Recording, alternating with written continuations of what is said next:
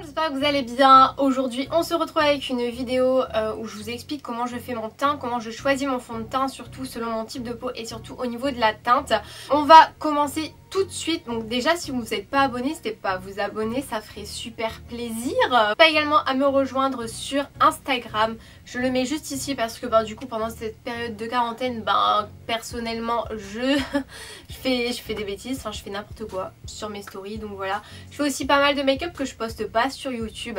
Voilà, donc si tu veux voir tout ça, go sur Insta. La première chose à savoir pour avoir un teint parfait, c'est de prendre soin de sa peau, les amis. Donc ça, déjà, ça se concentre par rapport au niveau du soin visage. Moi, il faut savoir par rapport à son type de peau. Donc moi, j'ai par exemple la peau mixte déshydratée, donc la peau qui a tendance à avoir des brillances ici. Ici, c'est tout à fait normal, mais une déshydratation surtout ici et ici. Voilà, et si je ne viens pas hydrater ma peau avant mon maquillage, sachez que mon maquillage il est dégueulasse. Vraiment c'est le terme. Donc moi personnellement, après ça va dépendre de vous, mais moi j'utilise donc aussi une crème contour des yeux parce que c'est une zone très fine. Il faut savoir que si tu ne mets pas de contour des yeux dès ton plus jeune âge, bon je te dis pas à 15 ans d'en mettre un quand même, mais vers la vingtaine tu mets un contour des yeux. Et pour dire vraiment de venir déjà réhydrater cette zone, parce que c'est une zone beaucoup plus fine que ta peau. Et si tu viens justement pas hydrater cette zone là dès ton plus jeune âge comme je le disais, ça va venir creuser, tu vas avoir plus de ridules et plus de rides, et c'est là que tes premiers signes de l'âge apparaîtront. Voilà, donc crème contour des yeux, donc là c'est la Day Wear Eye de chez Estée Lauder. C'est une crème plutôt sympa, vraiment pour l'hydratation, c'est juste, voilà, c'est une hydratation, c'est une crème jeunesse. Ensuite, en sérum, moi j'ai mis le Hydra Beauty Micro Sérum de chez Chanel. Pourquoi? Parce que du coup en ce moment, ma peau, je sens qu'elle a besoin d'un peu plus d'hydratation. On sort un petit peu de l'hiver, donc voilà, une petite cure de sérum. Donc le sérum, je le mets bien évidemment avant ma crème de jour, et ma crème de jour c'est pareil, l'Hydra Beauty, donc toujours de l'hydratation. C'est de chez Chanel aussi, c'est une hydratation protection éclat, donc ça c'est trop cool parce que ça donne aussi vraiment un côté lumineux. Et c'est en gel crème parce qu'il y a plusieurs finis, il y a la crème, il y a le gel crème et il y a un peu plus riche, la crème riche. Et moi du coup pour ma peau c'est mieux la gel crème parce que pour cet effet vraiment gel je vais pas prendre une riche, notamment comme j'ai la peau qui a tendance à être grasse sur la zone T. Donc c'est pas top. Mais du coup ça très bien, il faut vraiment bien hydrater et prendre soin de sa peau. Donc bien également nettoyer sa peau chaque soir, bien se démaquiller, faire des soins régulièrement, une fois par semaine, c'est vraiment bien pour vraiment avoir une peau superbe au maquillage. Là on était vraiment sur la partie soins, on va vraiment se concentrer sur la partie maquillage. La première étape du maquillage c'est quoi? C'est la base. La base, plusieurs personnes ne savent pas ce que c'est. J'ai beaucoup de clients qui ne savent pas ce qu'est une base. Les personnes, ils vont prendre la crème hydratante et ils vont pas mettre de base parce qu'ils vont penser que la crème, justement, voilà, hydratante c'est une base. Mais il y a des personnes qui vont penser que la base, justement, qui est un produit de maquillage, est un produit de soin. Alors que pas du tout. En fait la base elle va vraiment permettre d'éviter que votre fond de teint ne file durant la journée, parce que ça vient vraiment créer un film invisible imperméable au-dessus de la peau. La crème de jour elle pénètre dans la peau alors que la base elle reste vraiment à la surface. C'est vraiment un produit de maquillage, ça reste à la surface. Comme je le disais, ça vient fixer donc les pigments de votre fond de teint. Et comme il y a un film imperméable, ça évite donc que les pigments de votre fond de teint soient absorbés par la peau. Ça évite également que la peau soit attaquée des pigments du fond de teint, du maquillage.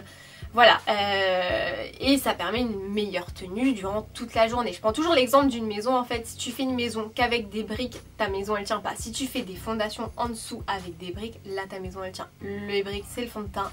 Ta fondation c'est la base, voilà. Je prends toujours cet exemple là alors que ça fonctionne vraiment, c'est vraiment le même principe je trouve. Et donc pour les bases on va avoir plusieurs bases du coup. On va avoir des bases par exemple lissantes comme celle-ci que j'ai pu mettre aujourd'hui, que j'aime énormément, qui est vraiment crade d'ailleurs, il faut que je lave. Et en fait c'est vraiment une base qui est vraiment bien. Bon, celle-ci est à base de silicone donc elle peut donner quelques boutons pour les peaux plus fragiles, mais elle vient vraiment donner un effet lissant, ça c'est top, vraiment à la surface cutanée. Ensuite on va avoir des bases hydratantes comme celle-ci. La base hydratante ça vient donc Parce que vous avez des personnes qui vont penser que ça c'est une crème de jour, comme c'est de l'hydratation. Alors que non, ça reste vraiment à la surface de la peau, ça évite justement que votre fond de teint ne déshydrate pas en plus votre peau. Ça vient juste réhydrater la surface cutanée, voilà, rien de plus. Et après par exemple pour les peaux grasses, les bases matifiantes, donc les bases matifiantes, celle-ci on peut la mettre sur tout l'ensemble du visage, mais vous avez des bases par exemple, je pense à notamment la Make Up Forever, la BK, vous la mettez que localement, parce que si vous la mettez sur l'ensemble du visage ici ou aux endroits où vous avez de la déshydratation et que vous n'avez pas de sébum, ça va être une catastrophe.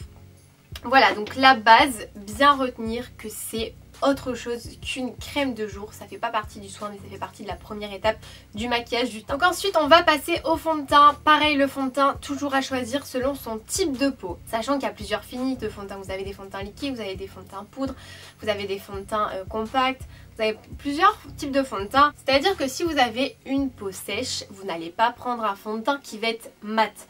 Parce qu'un fond de teint mat, ça va vraiment avoir des agents en fait à l'intérieur plutôt matifiants. Si vous venez mettre, déjà vous n'avez pas de sébum au niveau des peaux sèches, si vous n'avez pas de sébum, venez pas rajouter encore du matifiant. Enfin ça va pas du tout être harmonieux, ça va justement assécher plus votre peau qu'autre chose. Donc ce sera pas du tout harmonieux. Plus vous dirigez vers un fond de teint hydratant. Vous voyez, je pense notamment soit au reboot de Make Up Forever pour une personne qui aime bien les fonds de teint plutôt légers, couvrance moyenne. Pour les personnes qui aiment vraiment une très haute couvrance, je pense notamment par exemple au Born This Way de Too Faced. Ça dépend après de vos envies. Moi je pense que ce serait mieux pour vous d'aller quand même en parfumerie, mais en ce moment bah du coup... En ce moment il n'y a plus rien d'ouvert, je suis au bout de ma vie, je suis en chômage partiel et c'est horrible franchement cette situation. Et justement si vous avez du coup une peau qui a tendance à être grasse, dirigez-vous vers un fond de teint mat.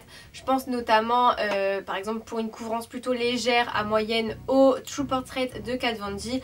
Et là si vous voulez un fond de teint bien couvrant et mat, alors là vous avez plusieurs choix. Vous avez le Soft, le Pro Fighter de chez Fenty, vous en avez plusieurs en fait, hein. Vous avez le NARS, celui-ci, le Natural Radiant Longwear.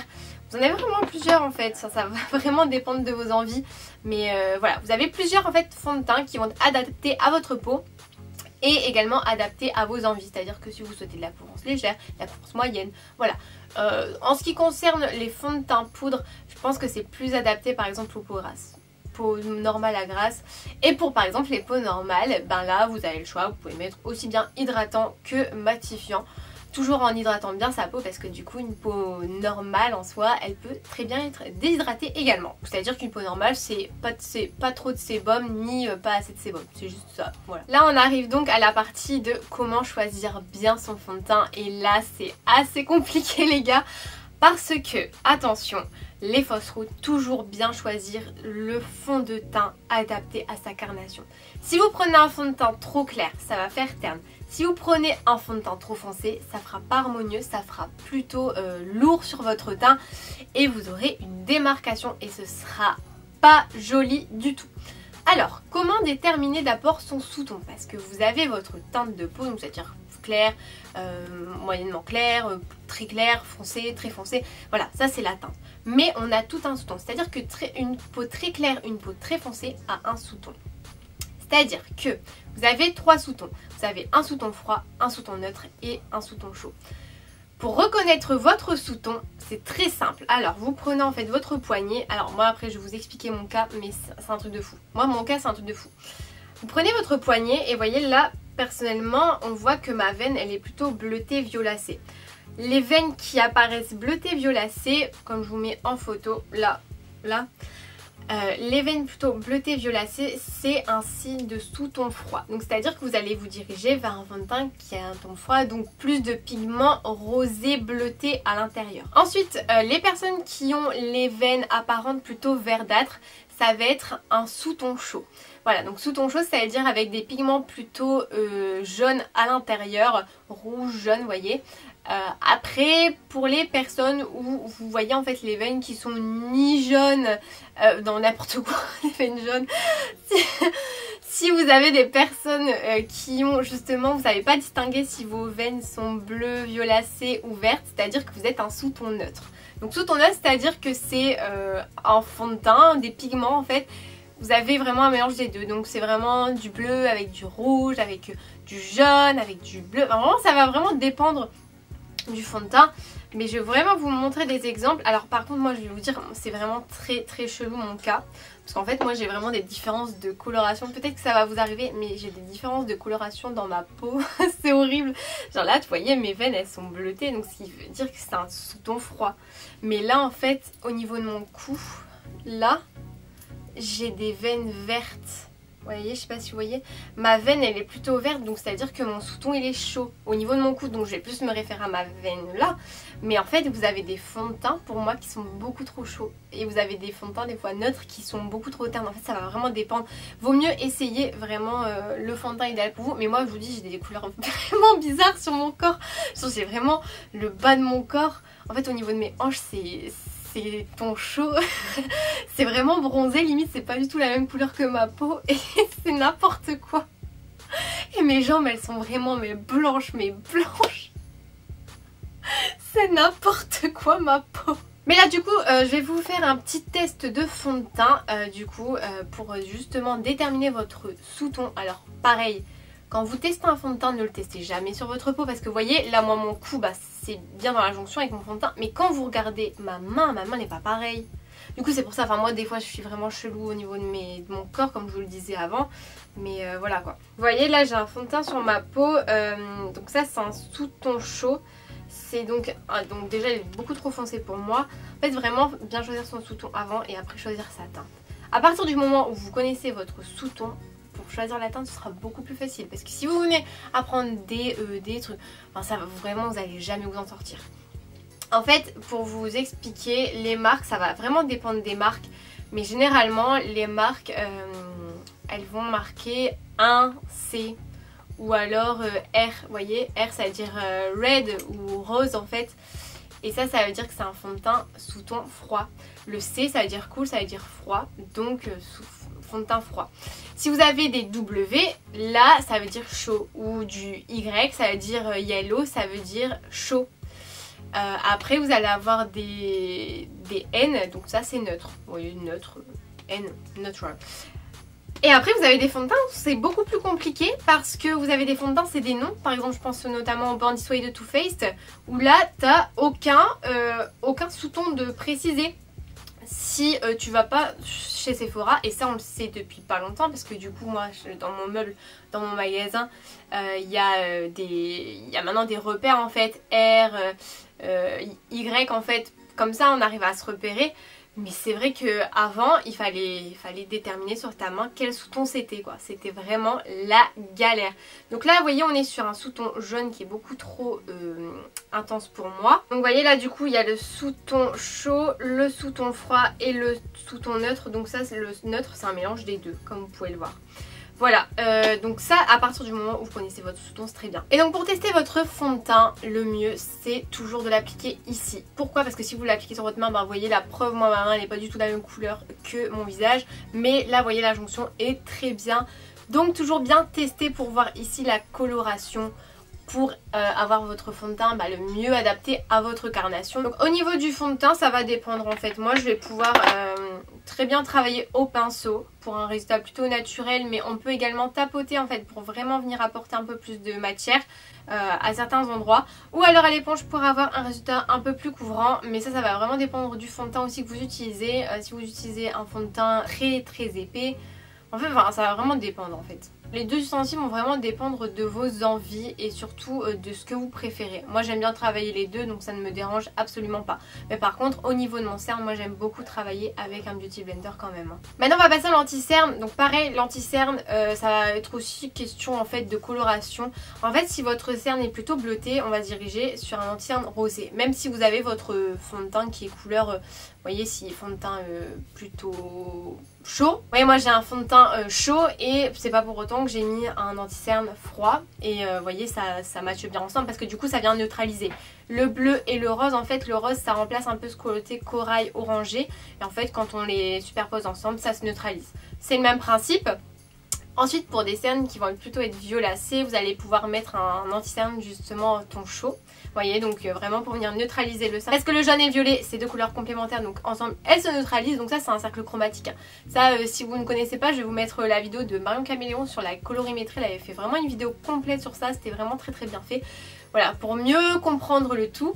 Et ensuite par exemple une personne qui a des sous-tons, par exemple elle a des différences, en fait, des variances, un cerne plutôt bleuté et violacé à la fois, bah là on va pouvoir mettre un neutre. Ou alors une personne qui n'a pas du tout de coloration de cerne, on met un neutre. Voilà. Donc ça c'est pareil que le fond de teint, on le choisit vraiment selon sa carnation, selon sa teinte. Généralement on prend une demi-teinte en dessous de son fond de teint. Pourquoi? Pour venir en fait illuminer les points de lumière. Donc moi j'applique généreusement en fait le Shape Tape en teinte 20B en light. Je mets l'anti-cerne donc au niveau donc de mes cernes, de points de lumière ici. Ensuite je vois pas mal d'erreurs concernant les poudres. Beaucoup de personnes vont venir fixer leur teint avec une terracotta. Alors sachez qu'une poudre, par exemple une poudre bronzante comme une terracotta de Guerlain ne vient absolument pas fixer le teint. Il faut savoir qu'il y a des poudres fixatrices spécifiques, je pense notamment à la Ultra HD de chez Make Up For Ever, elle qui va vraiment venir, c'est une poudre de finition, c'est une poudre libre de finition. Il y a également la Laura Mercier, donc celle-ci c'est la Glowy, mais pareil c'est une poudre libre fixatrice qui vient fixer votre teint. Mais vous allez avoir également des poudres donc libres, fixante mais matifiante à la fois, comme la Pitch Perfect de chez Too Faced où là on est vraiment aussi sur plus d'agents matifiants pour une peau grasse. Par exemple si vous mettez ça sur une peau grasse, bah généralement en 2 secondes, enfin en 2 heures il n'y a plus grand chose quoi, parce qu'il n'y a pas assez d'agents matifiants. Donc vraiment pour les poudres, il faut savoir qu'aussi il y a un phénomène naturel qui se forme. Quand on vient mettre un fond de teint, donc on vient poudrer son teint, généralement le teint s'oxyde un petit peu. C'est tout à fait normal, que ce soit avec une poudre blanche c'est un peu moins, mais avec des poudres colorées le fond de teint s'oxyde. Voilà, donc vous allez avoir des poudres aussi dorées, vous allez avoir des poudres rosées. Vous voyez là c'est la Laura Mercier, c'est une dorée. Et ensuite j'ai la Pitch Perfect de Too Faced, donc Peach bien évidemment, elle est rosée. Donc moi j'utilise celle-ci parce que j'utilise avec une houppette. Pourquoi? Parce que du coup ça vient vraiment étaler un peu plus la matière, comme c'est pour les peaux grasses. Donc moi j'utilise sur l'ensemble du visage comme ça avec une houppette, pardon, je sais plus parler. Et ensuite je viens balayer avec un gros pinceau sur l'ensemble de mon visage. Donc ça c'est vraiment des poudres fixantes de fond de teint, ça ne vient pas du tout bronzer votre teint, ça ne va pas donner bonne mine, mais ça vient fixer la matière pour plus de tenue durant la journée. Comme je vous disais au début de la vidéo, il faut toujours choisir son fond de teint au niveau de sa carnation. Donc déjà pour pas avoir de démarcation, mais même si vous avez un teint plutôt blanc, il faut savoir qu'on peut réchauffer son teint. Et c'est là que la terracotta agit. Donc là c'est chez Guerlain bien évidemment. Mais vous voyez, on peut venir ajouter une poudre bronzante comme celle-ci. Là c'est la nouvelle, c'est la Nude qui est sortie il y a peu de temps. En fait elle vient vraiment se fondre à votre carnation. Et ça vraiment on l'applique localement, on l'applique vraiment en 3 comme ceci. On peut l'appliquer aussi au niveau du nez, mais c'est en aucun cas à mettre sur tout le visage parce que ça vient pas fixer, ça vient quand même un peu lisser. C'est une poudre qui vient lisser, mais c'est vraiment à mettre localement. Si vous mettez ça sur tout l'ensemble de votre visage, bah, ça viendra alourdir le tout et votre choix de fond de teint au niveau de la teinte aura servi à rien du tout, parce que justement c'est pas... Ça vient recolorer en fait, donc ça ne sert à rien. Donc vous avez des finis plutôt brillants, après on a des finis mat comme celle-ci de chez Too Faced, vous voyez. Par exemple moi là j'ai du coup un fond de teint donc plutôt sous ton chaud. Donc je vais plutôt mettre celle-ci sous ton chaud. Après on a des sous-tons froids bien évidemment, c'est pas dérangeant. Donc voilà, pourquoi appliquer sa poudre vraiment comme ceci, donc cette poudre de soleil, pourquoi? Donc déjà ça va venir apporter du contraste au niveau du visage et donc mettre en avant les points de lumière et donc les faire rebondir. C'est-à-dire que si on vient creuser ici avec sa poudre de soleil, on vient pas l'appliquer ici, mais si on vient l'appliquer ici, ça va venir creuser ce côté-là en fait, de vraiment le creux de la joue, et ça va venir rebomber le dessus. Et au dessus on va bien mettre évidemment un blush pour vraiment donner cet effet bonne mine, vraiment teint très éveillé, frais et lumineux. Voilà, et on peut mettre un petit peu d'highlighter par dessus. Moi le highlighter personnellement je le mets avant maintenant. En fait je mets un highlighter crème quand je fais mon teint, ensuite je poudre et je remets un highlighter par dessus pour vraiment réintensifier le tout. Mais ça c'est les goûts et les couleurs. Mais voilà comment je fais mon teint quotidiennement. Mais il n'y a rien de compliqué là-dedans. De toute façon entraînez-vous. Vraiment c'est le plus dur, c'est de trouver sa teinte de fond de teint la mieux, la parfaite. Parce que franchement moi j'ai fait des fois plein de marques et je trouvais pas ma teinte de fond de teint. C'était horrible, c'est vraiment horrible.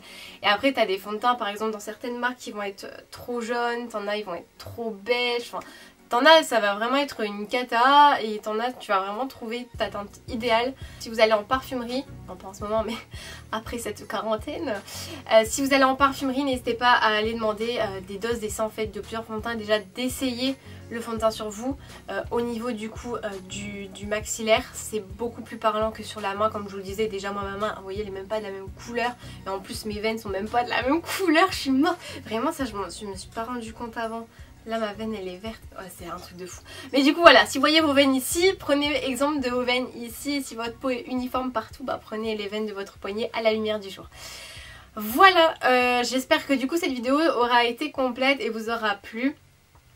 Au niveau du look, du maquillage, j'en ai fait, enfin j'ai fait le tuto sur TikTok, n'hésitez pas à me rejoindre également sur TikTok, je vous le mets juste ici ou juste ici, ce sera à voir. Mais voilà, en tout cas je vous fais de très gros bisous et je vous dis à bientôt pour une prochaine vidéo, ciao.